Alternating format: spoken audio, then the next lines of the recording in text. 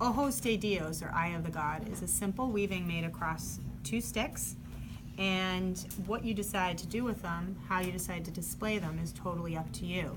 So working with popsicle sticks might seem a little elementary, but you can do your weaving on branches, or you can add sticks, so you have 3, and that creates a different pattern. And this artist, Jay Moeller, actually makes very large weavings that are sold for hundreds and even thousands of dollars. Here's the back and the front of a very large piece. So if you develop your craftsmanship with a project like this, it can actually be not elementary at all, but an incredibly beautiful idea for the Weaving Studio Center. So the Huicho Indians of Jalisco would traditionally make this, and it would be like a God's eye looking over a baby, a traditional gift to put in a child's room. And every year until the child is 5, one eye would be added to a cross, so that there would be one at each point of the cross, as a symbolic eye of the God watching over the child as they grow through the early years. So to get started, you're going to take 2 popsicle sticks and a dab of glue. If you're using a glue gun for the first time, you know that it's hot not to touch the metal, and that if you get glue on your fingers, you're just going to wiggle, wiggle, wiggle. Don't just stand there and say, ow, it's hot. Wiggle, wiggle, wiggle. Or and then the glue just brushes right off. Or you can wear my fancy art gloves so that you don't get any glue on your fingers. So on the instructions that you'll find in the Weaving Studio Center, it says to glue your sticks together, and then you're going to tie an end on A, and you're going to go clockwise around the sticks from A to B, C to D.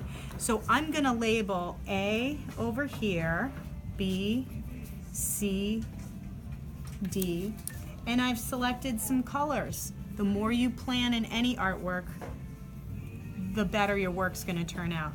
I'm never going to take too much more than 2 arms lengths. I'm going to cut this piece off because it's a little tangled. But I've selected some cool colors and planned my color scheme. Having a pattern in a weaving is a great idea, a great place to use different colors and repeat patterns. So I'm going to just tie a very simple knot, just like you would if you were tying a shoe, to get started here. I'm on the A strand, and then I'm going to go over and around the B strand. Then I'm going to move over to C. I'm going to go over and around, and then I'm going to go up to D, over and around. And as you continue, then back to A, over and around. And as you continue, you start to see this pattern emerging, so I can follow the lines where I've already gone. C, over and around. And I actually like to turn with my left hand the sticks as I work. Over and around, over and around, over and around, over and around. And you start to get a pattern that builds up in the center and moves outward. Now if I want to switch colors, if I've gone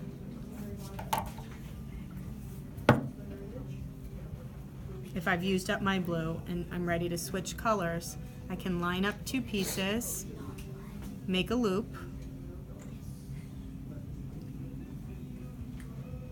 tie a knot. Best craftsmanship is always to trim away the tails. And with these spools of yarn, I can pull straight up on them. And then as I go over and around from B to C onto D, I can transition into my next color. And that's all there is to it.